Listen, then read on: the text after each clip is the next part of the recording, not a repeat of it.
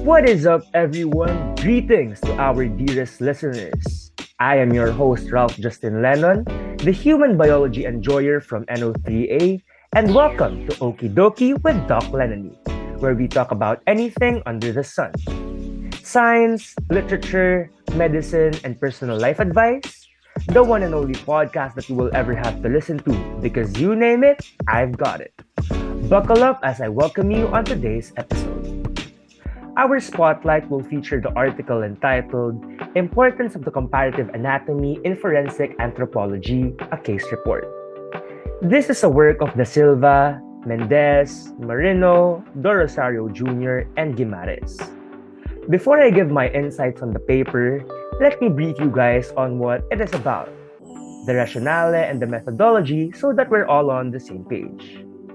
Basically, it is a case report about an incident in the middle of 2005. Fragments of a skeleton were found at a desert place and would initially be of a missing person victim of homicide. 5 bone fragments, specifically 4 bones and 1 tooth, were found. In order to determine whether they were of human origin, wherein it belongs to the Homo sapiens species, a forensic examination was done by the Forensic Institute of Goiânia, specifically their section of the Forensic Anthropology and Forensic Dentistry. After thorough examination, different factors led to the conclusion that these skeleton fragments were not of human origin. Some of these factors include analysis of its morphology, its epiphysis, areas of muscle origin and insertion associated with their dimensions, and the lack of evident fusion points or growth centers between the epiphysis and the diaphysis. For the tooth, it did not have similar shape and dimensions with a human's permanent mandibular canine tooth. Having known that they were not of human origin, further inspection was conducted to determine the species that these skeleton fragments belong to. They were then referred to the Department of Morphology of the Federal University of Goiás. The pertinent findings of this article is that the skeleton fragments were found to be compatible with that of a medium-sized domestic dog, or Canis lupus familiaris, specifically their tibia and femur and their canine tooth. The rationale of the paper was to determine whether the skeleton fragments found in 2005 were of human or non-human origin. This was necessary to confirm whether the case was that of a missing person victim of homicide, like it was initially assumed. The methods performed include a forensic examination, determination of animal specimen through comparison, and comparison of the taxonomy classification among the domestic dog, gorillas, and chimpanzees and men. Now that you guys have an idea of what the paper is about, it's time for us to proceed to the next segment of the podcast which we all love, Done Detective Fresh Perspective Time. To give our insights on the paper, as a whole, it is a very interesting topic. Honestly, I was not aware that comparative anatomy has several uses even outside the field of academics. This paper shifted my perspective for the better. Diving to its technicalities, I am certain that many will agree about it being well written. The writing was formal and scientific, but it was relatively easy to follow or understand.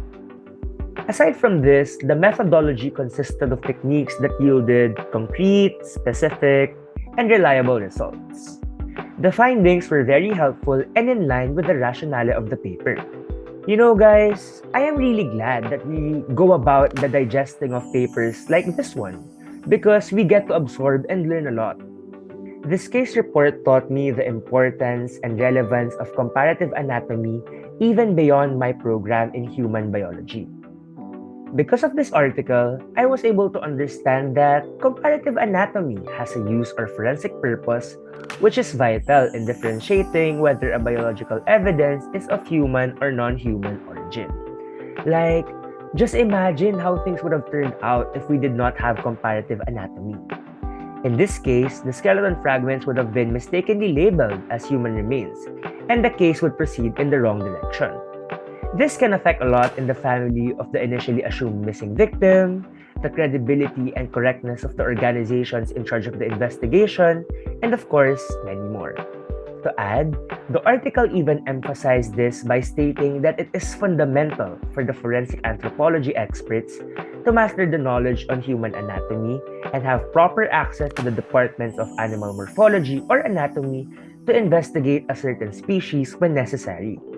In essence, this article tells us that comparative anatomy is not only useful in studying anatomy and physiology, in correlating and tracing evolution. This article is a reminder that it is essential even in other fields beyond our academic program, just like forensic anthropology. That wraps up our episode for today. Thank you for tuning in to Okie Dokie with Doc Lenony, where we talk about anything under the sun.